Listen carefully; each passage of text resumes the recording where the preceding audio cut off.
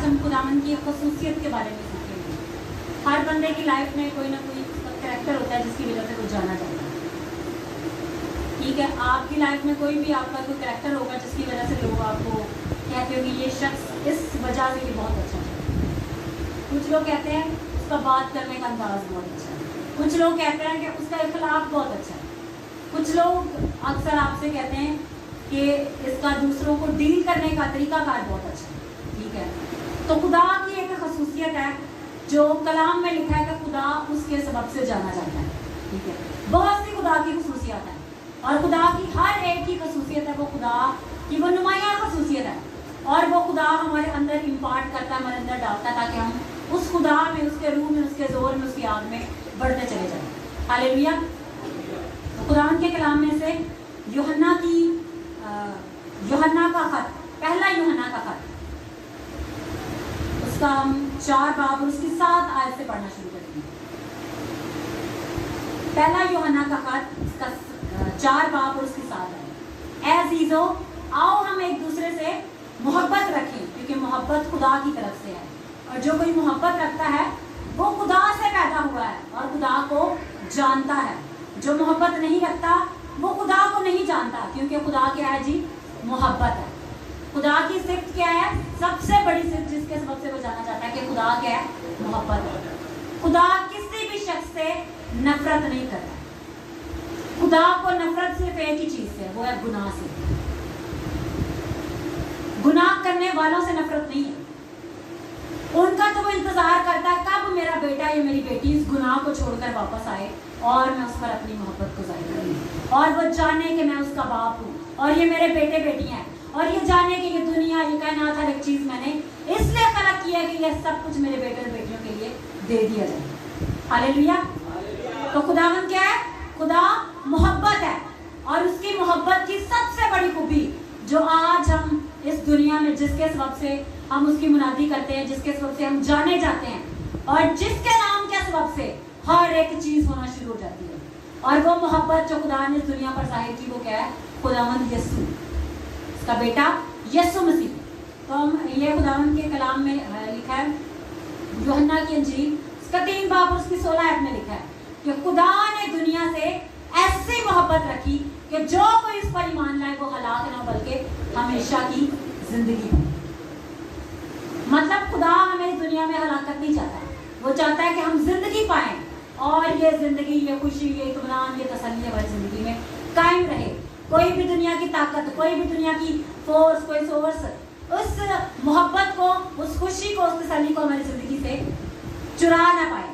खुदा के कलाम में लिखा है कि जितनों ने उसे कबूल किया उसने उन्हें उसके फर्जंद बनने का हक बख्शा, यानी उसे जो उसके बेटे मसीह पर ईमान लाते हैं।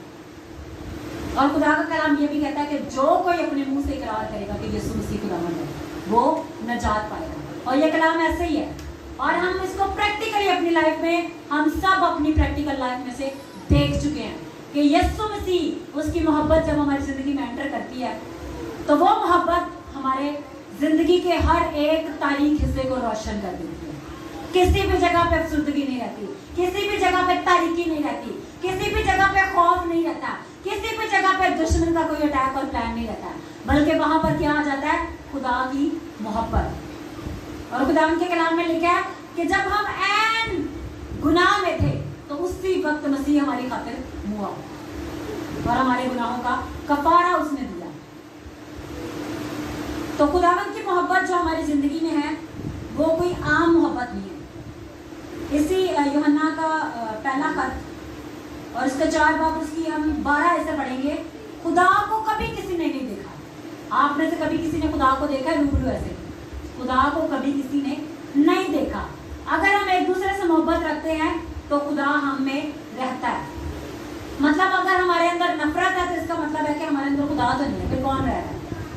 अगर खुदा नहीं रह रहा तो फिर शैतान रह रहा है। लेकिन अगर हमारे अंदर मोहब्बत है तो हमारे अंदर कौन रह रहा है? खुदा। खुदा क्या है? रूह है। खुदा को जिस्म लेके हमारे अंदर एंटर होने की जरूरत नहीं है। खुदा का कलाम क्या है? बाप, बेटा और रूह कुद्दूस तीनों हमारे बदनों के अंदर होंगे और हम उन्हें जानेंगे, हम उनसे रफाकत रखेंगे, हम उनके साथ मूव करेंगे। उनकी कुदरत, उनका हाथ, उनका जलाल, उनकी कुदरत हमारे ऊपर साया किए रहेगा। हालेलुया।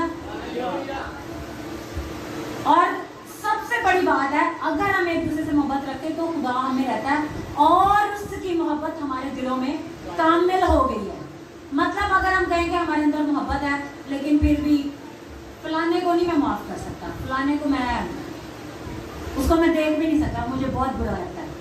खुदा की मोहब्बत क्या है?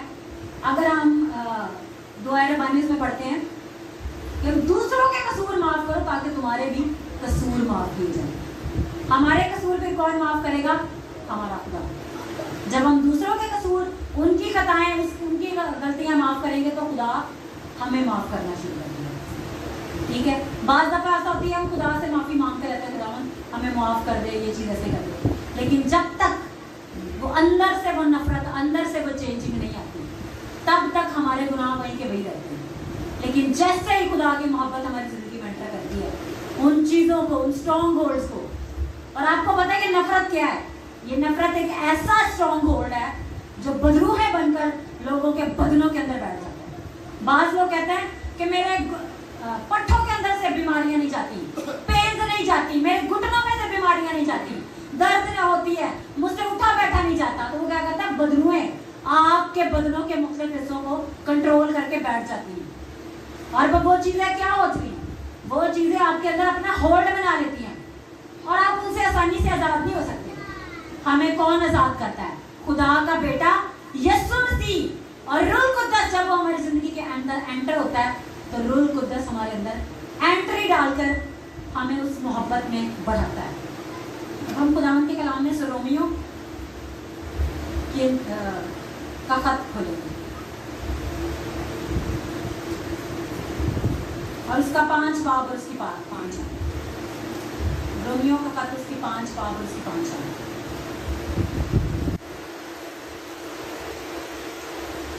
खुदावन के कलाम में लिखा है,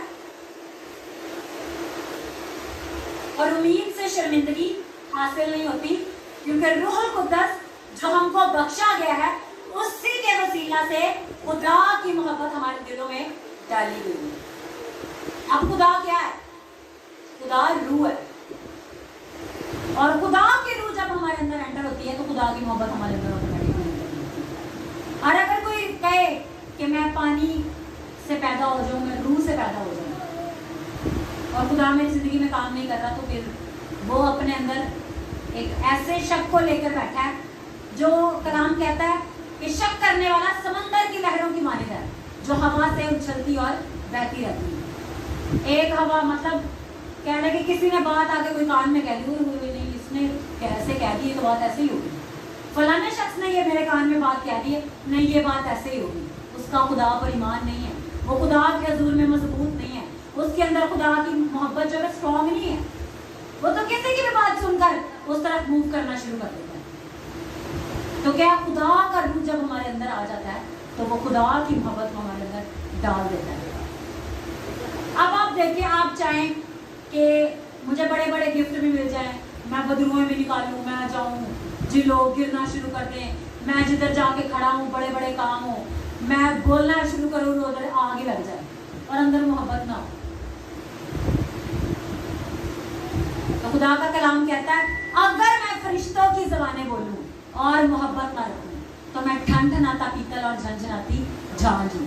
मतलब ऐसा खाली बर्तन जो कोनों में हवा आएगी तो इधर घूमेगा तो वो शोर करेगा, फिर हवा आएगी इधर घूमेगा वो शोर करेगा। हम इसको पढ़ते हैं, करंतियों 13 बाब, पहला करंतियों का खत उसका 13 बाब, और ये पूरा का पूरा चैप्टर खुदा की मोहब्बत के बारे में हमें सिखाता है। तो अगर मैं आदमी और फरिश्तों की ज़बानें बोलूं और मोहब्बत ना रखूं तो मैं ठनठनाता पीतल या झंझनाती झांझ हूं। अब झांझ क्या है? जैसे हम दफ बजाते हैं, उसके अंदर वो सारे वो पत्रियां सी लगी होती हैं, जब उसे बजाते हैं वो बजती हैं, हम बजाएंगे तो बजेगी। वो क्या है? उनको बजाना पड़ता है, वो खुद से नहीं बज सकती। लेकिन जिसके अंदर खुदा की मोहब्बत है उसे बहुत से काम करने नहीं पड़ते, वो खुदा की मोहब्बत ऑटोमेटिकली आपकी लाइफ के अंदर से कराती है। खुदा का रूह जब हमारी जिंदगी के अंदर एंटर होता है तो हमें बहुत सी चीज़ों के लिए स्ट्रगल नहीं करनी पड़ती। मतलब आपको पहले भी ये सिखाया गया है कि जब हम गैर ज़बानें बोलकर खुदा के ज़रिए में दुआ करते हैं तो हम खुदा की से वो बातें कर रहे होते हैं जो हमारी अंडरस्टैंडिंग में या हमारी ज़बान में तो समझ नहीं आ रही, लेकिन खुदा को पता है मेरे साथ क्या बातें कर रहा है। और ज़बानें क्या जी? रूह कुद्दस का गिफ्ट है। और खुदा की मोहब्बत क्या है? ये भी रूह कुद्दस का गिफ्ट है। रूह कुद्दस आ गया तो गिफ्ट आपके अंदर आ गया। पहला ही गिफ्ट क्या है? खुदा की मोहब्बत। ठीक है, आगे लिखा है अगर मुझे नबूवत मिले और सब भेदों और कुल इनकी बातें तो, और मेरा ईमान यहाँ तक कामिल हो कि पहाड़ों को हटा दूं और मोहब्बत ना रखूं तो मैं कुछ भी नहीं। ठीक है, अभी ये जस्ट मैं आपको एक दूसरे से मोहब्बत रखने के बारे में बता रही हूँ। असल जिस पॉइंट पे हमने आना वो और चीज है। ये जस्ट हम क्या कर रहे हैं कि हमारे अंदर मोहब्बत आ जाती है तो हम एक दूसरे के साथ अपने एटीट्यूड को, अपने रवैये को, अपनी सारी कंडीशन को चेंज कर देते हैं। या बात दफा हम कलाम सुन लेते तो हम सुनते हैं, जब सुन लेते हैं कि नहीं खुदावंद के कलाम में तो ऐसे है, मुझे इस बात को अपनी ज़िंदगी से निकालना है क्योंकि ये मेरी ज़िंदगी में मौजूद है और ये कलाम के खिलाफ है। और खुदा का रूह क्या कहता है? जो भी बात हमारी ज़िंदगी में कलाम के खिलाफ है वो खुदा की तरफ से नहीं है, वो दुश्मन की तरफ से। और हमारा दुश्मन कौन है? शैतान, इब्लीस। ठीक है, और अगर अपना सारा माल गरीबों को खिला दूँ या अपना बदन जलाने को दे दूँ और मोहब्बत ना रखूँ तो मुझे कुछ भी फायदा नहीं। मोहब्बत साबिर है, मतलब किसी ने आपको कलाम क्या कहता है? यीशु मसीह ने कहा कि तेरे एक गाल पर तमाचा मारते तो दूसरा भी सीधा। तो यहाँ पर क्या लिखा है? मोहब्बत सब्र करती है, मतलब सब्र कर लेती, कोई बात नहीं, ये मेरा भाई है, नहीं तू इधर आ, तो एक हमारा मैं तेन चार मार के जाऊंगी। आजकल यही ट्रेंड है ना। तो लेकिन जिसके अंदर खुदा की मोहब्बत है वो कहता है कोई बात नहीं, आप भी मेरे भाई हैं, मसीह में हम बहन भाई हैं। और मसीह की मोहब्बत जिस शख्स के अंदर है उसके अंदर सब्र भी ऑटोमेटिकली एंटर हो जाता है। अब ये जितनी चीजें इसमें लिखी हैं वो हमें ऐसे पकड़ पकड़ के अपने बदन के अंदर नहीं डालनी या अपनी रूह के अंदर इम्पार्ट नहीं करनी। ये खुदा का रूह आपके अंदर एंटर होगा और एक चीज ऑटोमेटिकली एंटर होती चली जाएगी। और वो कैसे एंटर होगी? कलाम की फर्मा बरदारी करने से। जब एक हुक्म टूटता है तो दुश्मन को हमारी जिंदगी में एंट्री का मौका मिलता है। पिछले दिनों लास्ट मंथ की बात है, बदरूहा में जब आती थी किसी में भी तो मैं कहती थी जरा खुदा का कोई एक हुक्म तोड़ के तो देखो, 10 है काम में से कोई एक हुक्म तोड़ दो, फिर देखते हैं खुदा तुम्हारे साथ होता है या नहीं। मतलब अगर हम खुदा के एहकाम को तोड़ते हैं तो दुश्मन को मौका मिल जाता है कि वो हमारे ऊपर अटैक करे, हमें बीमारियां लगाए, हमें बीमार करे, हमें तकलीफों में डाले, हमारे घर में लड़ाई झगड़े, हर वो चीज डाले जो कलाम के खिलाफ है। लेकिन जब कलाम की ताबेदारी होती है तो हमें चीजों को करना नहीं पड़ता। एक कलाम के वर्ड की ताबेदारी अगर हम करते हैं, खुदा की बरकत साथ ही हमारी जिंदगी में एंटर होना शुरू होती है। और जैसे मैंने ये वर्ड बोला मेरे ऊपर अनाइंटिंग भी वैसे ही करना शुरू होती है। अब खुदा के जो 10 काम है अगर हम देखें, ज़ना ना करना, चोरी ना करना, बदकारी ना करना, झूठी गवाही ना देना, खुदावंद तुम्हारा खुदा एक ही खुदा है, उसकी इबादत करना और अपने सारे दिल से उसे मोहब्बत रखना, उसके दिन को पाक रखना, कोई भी बदन के काम ना करना और उससे जुड़े रहना, किसी के माल का लालच ना करना। ये हमने लास्ट टाइम भी सीखा था। मतलब हर वो चीज जो खुदा के कलाम को तोड़ती है, दुश्मन की हमारी बॉडी में एंट्री को दावत देती है। खुदा का कलाम क्या कहता है? जो कोई दीवार में रखना करेगा सांप उसे डसेगा। मतलब आपका घर बंद है लेकिन जहां पर दीवार में सुराख होगा, बाहर सांप है, तो वो सुराख तो में से कोई दुश्मन आ जाएगा सांप। तो जहां जहां कलाम की फरमाबरदारी होती है वहां वहां खुदा की कुदरत, खुदा के वादे, बरकतें, खुदा का जलाल, उसकी हजूरी, उसका मसा, उसकी आग हमारे बदनों के अंदर एंटर होती है। अब कुछ लोग आपको खुदा के कलाम में से सिखा रहे हैं भाई ये चीज नहीं करनी, ये खुदा के कलाम के खिलाफ है, भाई इधर रुक जाओ, भाई इधर रुक जाओ। बंदा चल भी खुदा के राजा को कहते मैं ठीक है, मैं तय करके चढ़ूंगी। भाई जिनका तजर्बा है वो आपको अपने तजर्बे से बता रहे हैं। कुछ लोग इस तजर्बे से गुजर कर आए हैं और अगर आप फिर भी उसी जगह पे अटके रहेंगे फिर आपका कसूर है, सिखाने वाले का कसूर नहीं है, खुदा का कसूर नहीं है। खुदा का कलाम कहता है कि अगर तुम कलाम सुनो तो अपने दिलों को सख्त ना करो। कलाम को सुनना है, सुन के उस पर अमल करना है और अगर अमल नहीं करते तो उसका सुनने का कोई फायदा नहीं। अगर सुनने वाला क्या है जी, वो शीशे में अपना चेहरा देखता है और देखकर थोड़ी देर बाद जब बाहर जाता है वो भूल जाता है मैं कैसा लग रहा था, तब तो उसको पता लग रहा होता है कि मैं बड़ा अच्छा लग रहा हूँ, मैं बड़े अच्छे तरीके से तैयार हूँ, लेकिन जब शीशा देख के बाहर गया तो सब कुछ चेंज, भूल गया।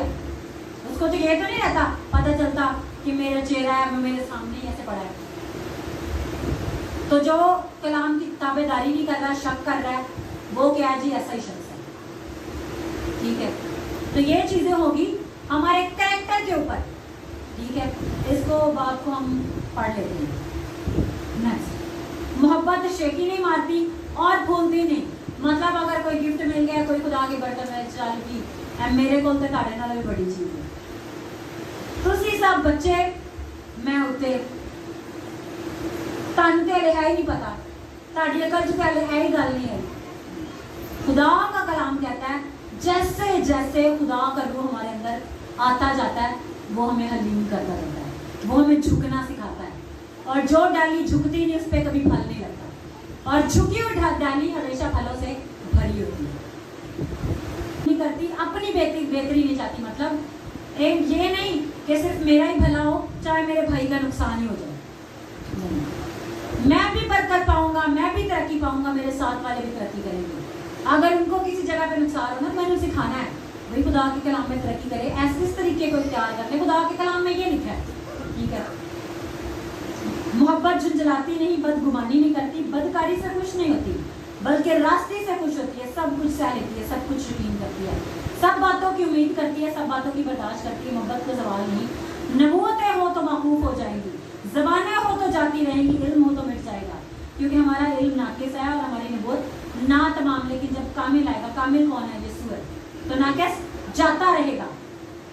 जब मैं बच्चा था तो बच्चों की सी तरह बोलता था, बच्चों की सी तबीयत थी, बच्चों की सी समझ थी, लेकिन जब जवान हुआ, मतलब जब मेरी अंडरस्टैंडिंग में, खुदा की रूह की अंडरस्टैंडिंग में एंट्री कर ली, तो क्या हुआ? मेरा रूह खुदा की रूह के साथ मिल गया, मेरे अंदर खुदा की विजडम आ गई, मेरे अंदर खुदा की हिकमत आ गई, मेरे अंदर खुदा की इल्मियत आ गई, मेरे अंदर खुदा का जलाल रहना शुरू हो गया, खुदा का हाथ मेरे ऊपर आ गया, खुदा की बरकत, खुदा का फजल, खुदा का मसा मेरी जिंदगी में से बहना शुरू हो गया। कलाम कहता है इस दुनिया में तो हम तकलीफ उठाते हैं, दुख में, देखा अब हमको आईना में धुंधला सा दिखाई देता है, मगर उस वक्त तो खुदा को रूबरू देखेंगे। यहाँ वर्ड खुदा नहीं लिखा, लेकिन मैं खुदा बोल रही हूँ, ये खुदा के बारे में। इस वक्त मेरा इल्म नाकिस है, मगर उस वक्त ऐसे पूरे तौर पर पहचाना जाऊंगा जैसे पहचाना गया हूँ। गर्ज, ईमान, उम्मीद, मोहब्बत, तीनों दायमी है, लेकिन अफजल इनमें मोहब्बत है। मतलब हर चीज में से सबकी जो प्रायोरिटी है, सबसे ऊपर जिसका लेवल है, वो किस चीज का है? मोहब्बत का। ये मोहब्बत क्या हो गई? जो हमने अपने कैरेक्टर पे बढ़ करके करनी है। अब आते हैं असल चीज की तरफ। आप खुदा के साथ चल रहे हैं, खुदा में मुंह हो रहे हैं, लेकिन अगर आपके अंदर सिर्फ चीजें लेने का ही शौक है, खुदा के चेहरा को तकने का शौक नहीं है, खुदा की मोहब्बत में उसके साथ रफाकत का शौक नहीं है, तो आपके अंदर कोई मोहब्बत नहीं। जिस मोहब्बत को आप मोहब्बत समझ रहे हैं वो टेम्परेरी है, वो क्या होगी? वक्त के साथ साथ ठंडी हो जाएगी। खुदा का कलाम क्या कहता है? मोहब्बतें ठंडी पड़ जाती हैं। वो कैसे मोहब्बतें ठंडी पड़ जाती हैं? जब आपके अंदर ही खुदा के रूह की आग नहीं लगी होती। जब अंदर खुदा के रूह की आग लगी होती है ना, तो वो आग आपको क्या करती है? उठाए देती है, आप हवाओं में उड़ते हैं। मैंने आपको ये पहले भी अपना एक्सपीरियंस बताया कि रूह कुद्दस की कुदरत, आपको ऐसे लगता है कि आपके पाँव जमीन पर ही नहीं लग रहे, आप हवाओं में फरिश्तों की माने उड़ रहे हैं। खुदा का जलाल आपको कैरी कर रहा है, खुदा की हजूरी आपके साथ साथ मूव कर रही है, और फिर चाहता है कि मैं दिन रात खुदा की हजूरी में रहूं, दिन रात खुदा की मोहब्बत में बढ़ता चला जाऊं, और मेरा दिन भी गुजरे तो खुदा की मोहब्बत में, मेरी रात भी गुजरे तो खुदा की मोहब्बत में। फिर आपको ये नहीं होता मैं जरा फलाने से लड़ाई कर लूँ, मैं जरा फलाने को ये बात क्या हूँ, अच्छा जरा उसने मुझे बात की है, मैं जरा उससे जरा पूछता हूँ, उसने मुझसे बात की थी।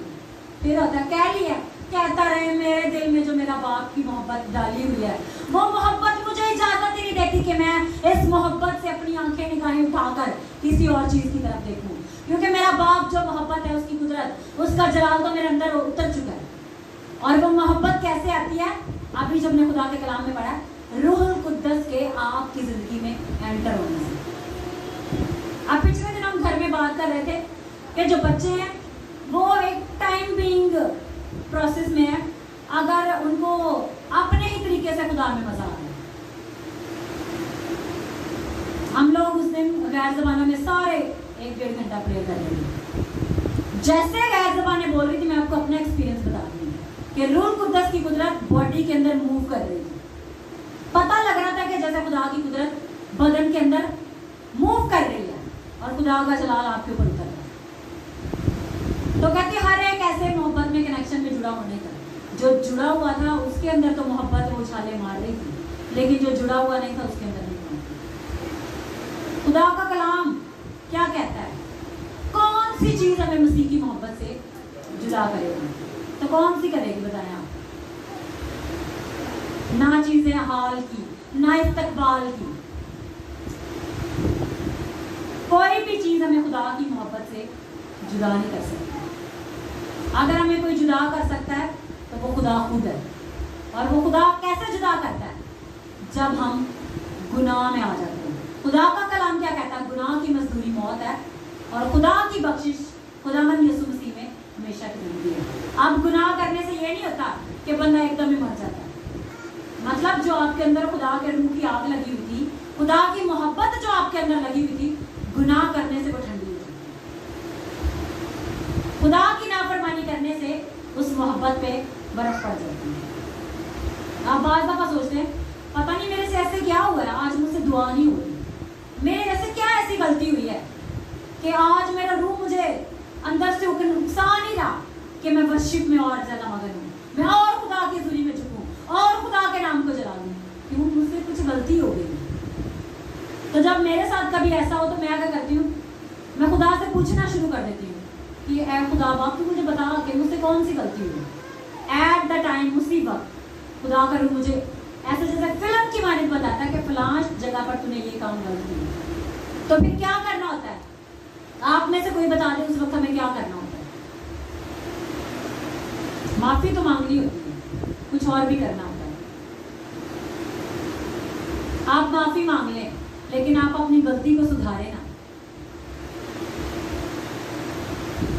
अपनी गलती को सुधारे ना। तो माफी तो मांग ले, उसने तो माफ कर देना, वो तो बाप है। कलाम कहता है खुदा की मोहब्बत 7 माओं की मोहब्बत से ज्यादा बढ़ती है। उसको पता है मेरे बेटे या बेटी ने माफी मांगी, उसने तो माफ कर ही देना। लेकिन अगर हम उस चीज को करेक्ट ना करें, अब एक चोरी करने वाला है, उसको समझ लग गई है कि मैंने चोरी की है, वो माफी मांगेगा। जैसे ज़कई, उसने कहा जिसका मैंने ले लिया मैं उसको 4 गुना वापस करता हूं। भाई उसने अपनी गलती को सुधारना शुरू कर दिया है। जहां पर मुझसे गलती हुई है मैं वहां पर जाके माफी मांगूंगी। जहां पर मुझे झुकने की जरूरत है वहां मैं झुकूंगा। झुकने से क्या होता है? बंदा छोटा बड़ा तो नहीं होता, आपकी खुदा की हजूरी में वैल्यू बढ़ जाती है, खुदा की नजर में आपकी इंपॉर्टेंस बढ़ जाती है। तो मेन चीज खुदा की मोहब्बत, वो खुदा के रूह के बगैर हमारी जिंदगी में एंटर नहीं हो सकती। तो हमें किस चीज को मांगने की जरूरत है? खुदा की मोहब्बत। अब मैं आपको कैथरीन कुलमन की स्टोरी बताती हूँ। पहले भी मैंने लास्ट ईयर आपको बताई थी। कैथरीन कुलमन ने जब शादी कर ली ऑलरेडी मैरिड शख्स से, तो वो कुछ साल ही चली और लोगों ने उसे बड़े ताने दिए कि इसने शादी कर ली है। कोई भी पास्टर उसे बुलाता नहीं था, लोग उसको ताने देते थे, कभी कोई कुछ कहता था। तो वो इन सारी बातों से इस कदर टूट गई कि उसने दुनिया से किनारा करके खुदा के कदमों को पकड़ लिया और वो दिन रात खुदा की हजूरी में रोती थी। और उसने कहा कि खुदा आज से मेरा दुनिया से कनेक्शन खत्म है, आज से मेरा तेरे साथ कनेक्शन जुड़ा है। फिर उसे ये नहीं होता था कि अभी मेरा फलाना काम रह गया, मैं वो कर लूँ, मैं दुआ तो बाद में कर लूँगी। खुदा की मोहब्बत आपको उकसाती है कि भाई मेरा प्रेयर टाइम हो गया है, जल्दी से मैंने अपने प्रेयर टाइम में जाना है। खुदा की मोहब्बत आपको अंदर से कायल करती है कि खुदा की हजूरी में झुके रहे, उसकी मोहब्बत में बने रहे। तो उसके अंदर ये मोहब्बत बढ़ती गई क्योंकि उसने दुनिया से नाता तोड़कर खुदा से नाता जोड़ लिया। और फिर आपको मैंने एग्जांपल भी बताई है कि वो जहां से गुजरती थी उसके ऊपर खुदावन की कुदरत, खुदा की हुजूरी रहती थी। जहां पर से उसने गुजर जाना वहां पर लोगों ने स्लेन। एयरपोर्ट से गुजर जाना, हजारों लोग इस साइड पे स्लेन, हजारों लोग इस साइड पर स्लेन। मतलब खुदा की कुदरत उसके ऊपर इस कदर से ठहरी हुई थी कि वो कुदरत इर्द गिर्द वालों को भी छूती थी, इर्द गिर्द वालों को भी हिलाती थी, उनके ऊपर वो कुदरत मूव करती थी। और जब उसकी डेथ हुई तो वो जो लोग उसे दफना रहे थे कब्र के अंदर, वो रूल कुदरत से भर गए और गैर ज़बान गए। तो खुदा का रूह कहता है कि उसकी हड्डियों पर भी, मुर्दा हड्डियों पर भी खुदा का रूह आशिक था। खुदा का रूह क्या है? मतलब उसने खुदा के साथ ऐसी मोहब्बत की कि खुदा ने भी उसके साथ वैसी ही मोहब्बत की जो किसी ने आज तक दुनिया में की। किसी भी खादिम के बारे में आप पढ़ने, कभी भी किसी के बारे में आपको कभी सुनने तक में भी ऐसा नहीं आया होगा सिवाय अलीशा के, कि जिस कब्र में वो था वहां पर वो जुत्थे आए, उन्होंने उस कब्र को खोला, उस कब्र के अंदर मुर्दा को डाला, तो वो मुर्दा जब अलीशा नबी की हड्डियों से टकराया तो वो मुर्दा जी उठा। ठीक है, तो क्या है मोहब्बत? क्या है जी? आपके बदन के ऊपर, आपकी रूह के ऊपर ठहर जाए। आप अक्सर लोग कहते हैं ना, यहाँ पर पेन हो रही होती है, यहाँ पर पेन चल रही है, जो बॉडी के फलाने हिस्से में पेन चल रही है। और आपको मैं पहले भी बता चुकी हूँ, चाहे छोटी सी भी कोई दर्द है, छोटी सी कोई भी तकलीफ है, उसके पीछे शैतान है। तो शैतान आपकी बॉडी में मूव कर रहा है, आपको पता चल रहा है। खुदा की हजूरी आपकी बॉडी पे क्यों नहीं मूव करती? खुदा की कुदरत आपके ऊपर क्यों नहीं ठहरती? क्योंकि खुदा की मोहब्बत से आप भरे नहीं है, उसके जलाल से आप भरे, उसकी कुदरत से आप भरे नहीं है। जब उसकी मोहब्बत आपके ऊपर ठहरेगी तो चलते फिरते आपके अंदर से आपको खुदा की वो जो जलाल की कुदरत की लहरें आपके बदन के ऊपर आपको फील होंगी, वो आपको उठाएंगी, वो आपको चलाएंगी। जैसे फिलिप्पस खाना पकाने वाला था, खुदा की मोहब्बत से, रूह से भरा हुआ था, एकदम रूह कुदरत ने उसे उठाया, उसे वहां से गायब किया और उसे कंदाके की राह पर, वहां पर हबशा खोजी जहां पर जा रहा था, वहां पर ले गया और उसने उसको कलाम सुनाया और उसने यीशु मसीह को कबूल की, तौबा किया, तौबा कर लिया और खुदा कर उसको फिर उड़ाकर किसी और जगह ले गया। तो खुदा के रूह के साथ जो ऐसे होते हैं, खुदा का रूह फिर उड़ाए फिरता है। अब आपको शैतान उड़ाए फिरे या आपको खुदा उड़ाए फिरे, ये डिसीजन अब आज आपने लेना। आपके जो फलाना मसला है वो तो जान ही नहीं छोड़ रहा, भाई खुदा की मोहब्बत आपके अंदर आ जाएगी तो मसलों को आपको छुड़ाना नहीं पड़ेगा, उनको आपको छोड़ के जाना पड़ेगा। वो आपके गिर्द, आपके घराने, आपकी सराउंडिंग में ठहर नहीं पाएंगे। तो आज जरूरत किस चीज की है? खुदा की मोहब्बत की। तो कैथरीन कुलमन की जब ये मैनिफेस्टेशन होती थी तो बड़े आदमी ने फिर उनको बुलाना शुरू किया, तो कहती खुदा बाप, जब मैं मर रही थी तो मुझे कोई पूछता नहीं था, अब जब मैं दुनिया के लिए मर चुकी हूँ तो ये अब लोग मेरे पीछे पीछे। तो खुदा का रूह क्या करता है? आपको अनाउंस कर देता है, खुदा का रूह दिखा देता है कि आपके अंदर वो बसा हुआ है, आपके अंदर से मौजे होते हैं, आपके हाथ रखने से बदरूहें निकलती हैं, आपके दुआ करने से कांपती हैं बदरूहें, उनको वो जगह छोड़नी पड़ती है। और वो कब होता है? जब आपका दिल खुदा के दिल के साथ जुड़ा होता है। जो कोई खुदा की मोहब्बत में रहता है उसके साथ एक रूह होता है। हमारी रूह खुदा की रूह के साथ जब जुड़ती है तभी बड़े बड़े काम होते हैं। अब बड़े बड़े खादिम को देखे, जैसे मैंने आपको पहले भी एक खादिम के बारे में बताया था कि अगर यहाँ से हड्डी टूटी होती थी, वो जस्ट ऐसे पकड़ के ऐसे करता था, वो जो हड्डी टूटी हुई थी वो नहीं बन जाती थी। तो जब जिस्म पे खुदा का रूह आशिक हो जाता है, फिर वो मिरेकल्स उसकी लाइफ में होते हैं, फिर जिंदगियां बदलती हैं, फिर मौजे होते हैं, फिर मुल्क, घराने, फैमिलीज आजाद होती हैं, बंधन जुए टूटते हैं। अगर हम हर वक्त इन्हीं चीजों में रहे लेकिन खुदा की मोहब्बत में न रहे, हमें कोई फायदा नहीं।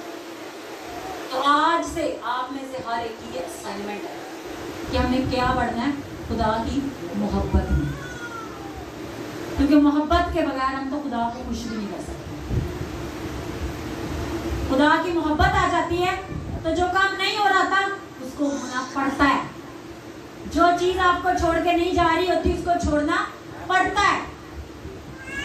भाई वहां पर खुदा आपके अंदर आया हुआ है, खुदा आपकी जिंदगी के ऊपर उसने हाथ अपना बढ़ाया हुआ है, खुदा के फरिश्ते उस जगह पर उतर आते हैं। और आपको पता है जो फरिश्ते खुदा की हजूरी में जैसे सराफीम है वो रहते हैं, वो अनॉइंटिंग को कैरी करते हैं, मतलब वो जहां जहां मूव करते हैं खुदा की हजूरी वही वही जाती है, क्योंकि वो खुदा की हजूरी में रहते हैं। मतलब एक शख्स है वो आग जब सेक रहा होता है, हाथ आग के होते, मुंह भी लाल हो जाता है, हाथ भी लाल हो जाते हैं, तो जो खुदा की मोहब्बत में उसके चेहरा को तक रहा होगा तो वो नूर उसके चेहरा पर नहीं आएगा, वो नूर उसके बदन पर इंपार्ट नहीं होगा। तो जो उसको तकता रहेगा उसी के अंदर ये काम होंगे। मूसा खुदा के हजूरी में 40 दिन रहा, जब नीचे आया उसका चेहरा चमक रहा था और लोग डर गए कि भाई इसका चेहरा ही कुछ और हो गया है, खुदा का जलाल उसके चेहरे के ऊपर आकर ठहरा हुआ है। और फिर मैं वो क्या करता था, अपने चेहरे पर नकाब डाले रखता था, मतलब इतना चेहरा को कवर रखता था क्योंकि लोग उसके चेहरा पर नजर नहीं कर पाते थे। तो हमें खुदा के हजूरी में बढ़ना, उसकी मोहब्बत में बढ़ना है, उसको तकते रहना है। लेकिन अगर हम ये सोचते रहे आज फलानी चीज को भी निकालना है, आज मैंने ये खाना है, आज मैंने वो पीना है, मतलब हमारी चीजें तो दुनियावी चीजों में, खुदा का कलाम कहता है कि उसकी बादशाही, उसकी रास्तबाजी की तलाश करो तो ये सब चीजें तुमको मिल जाएंगी। हवा के परिंदों को देखो कि वो ना तो उगाते हैं, ना बोते हैं, ना काटते हैं, फिर भी खुदा उनको खुराक देता है। चिड़ियों को देखो, उनके परों को देखो, कितने कलर्स हैं। अब कहते हैं सुलेमान भी अपनी सारी शान और शौकत के बावजूद उनकी तरह ऐसे कलर्स वाले ड्रेस से मुलब्बस नहीं था। तो ये कब होता है, जब खुदा की मोहब्बत आपके अंदर गहरे तौर से एंटर हो जाती है। तो आज आपको आपकी जिंदगी में किस चीज की जरूरत है? खुदा की मोहब्बत में बढ़ने की, खुदा की मोहब्बत में रहने की, खुदा की मोहब्बत में मूव होने की। तो जो तो मूव होने के लिए तैयार है, खुदा उनके अंदर भी रहने के लिए तैयार है, क्योंकि खुदा के कलाम में लिखा कि आखिरी जमाना में वो अब हर फर्द बशर पर अपने रूह में से उंडेलेगा। तुम्हारे जवान रोया देखेंगे, तुम्हारे बच्चे नबूवत करेंगे और तुम्हारे बूढ़े ख्वाब देखेंगे। मतलब खुदा होने वाली बातों को आपके ऊपर खोल देगा, खुदा आपको बता देगा कि भाई ये काम होने वाला है, सब तैयारी करना। अब ये थोड़ी कि हम अंदर बदबूएं डाल के बैठे रहे। आप खुदा से मोहब्बत करना शुरू कर दो, बदबूएं निकल जाएंगी। आप खुदा के हाथ में आपसे अंदर से बदबूएं निकाल भी दें, मोहब्बत अंदर नहीं है, वो दोबारा एंट्री डाल। उनको जाना पड़ेगा जब आपके अंदर खुदा की मोहब्बत आ जाए। भाई यहाँ पर मेरा कोई जगह नहीं है, यहाँ पर तो खुदा ने एंट्री डाल दी है। तो वो मोहब्बत कैसे आती है? जो लोग ज्यादा वर्शिप करते हैं उनके अंदर खुदा की मोहब्बत ऐसे मूव करती है। जो लोग ज्यादा गैर जमाने में, खुदा का कलाम कहता है कि मैं रूह से भी प्रस्तिश करूंगा और मैं अकल से गाऊंगा और प्रस्तिश भी करूंगा। तो अब जब हम जैसे आप बोल के गा रहे थे, तेरे बीच में कुछ भी नहीं, खाली हूँ भर दे मुझको, है दुआ तुझसे, मैं कुछ भी नहीं हूँ बिना तेरे, ये खुदा हूँ मैं तेरे बगैर कुछ भी नहीं, मैं तेरे से जुदा होकर कुछ नहीं कर सकता। अपनी मोहब्बत को मेरे अंदर डाल, अपनी आग को मेरे अंदर इंपार्ट कर, ताकि मेरी रूह, मेरी जान, मेरी अकल तेरे रूह के साथ कनेक्ट होकर हालेलुया। तो हम सब अपनी आंखों को बंद कर लें, सब अपने लिए दुआ करना शुरू करें, कोई भी आंख खुली ना रहे, सब खुदा से मांगना शुरू करें कि खुदा जिस तरह से कैथलीन कुलमन की लाइफ में तेरी मोहब्बत कर दी। खुदा का रूह मुझे बता रहा है कि मोहब्बत की एक पेमेंट है जो हमें चुकानी पड़ती है, एक कीमत आपको मोहब्बत की अदा करनी है। तो जितने लोग आज उस कीमत को चुकाने के लिए तैयार है, जैसे यीशु मसीह ने सलीब पर अपना आप दे दिया, उसने कीमत चुका दी, उसने कफारा दे दिया, उसी तरह आज से आप भी। और वो कीमत ये हो सकती है कि हमें दुनिया की बातों से अपने आप को कट ऑफ करके खुदा के साथ रहना है। ये नहीं कि हमने अपने काम काज को छोड़ देना, वो साथ ही चलेंगे, लेकिन हमने अपने दिल को दुनिया में नहीं लगाना, हमने अपनी अकल को दुनिया में नहीं लगाना, अपनी सोचों को दुनिया में नहीं लगाना। बल्कि खुदा के रूह के साथ हालेलुया, हालेलुया। पुकारना शुरू करें, खुदा से कहना शुरू करें कि मेरे दिल के अंदर आ, मेरी रूह के अंदर बसेरा।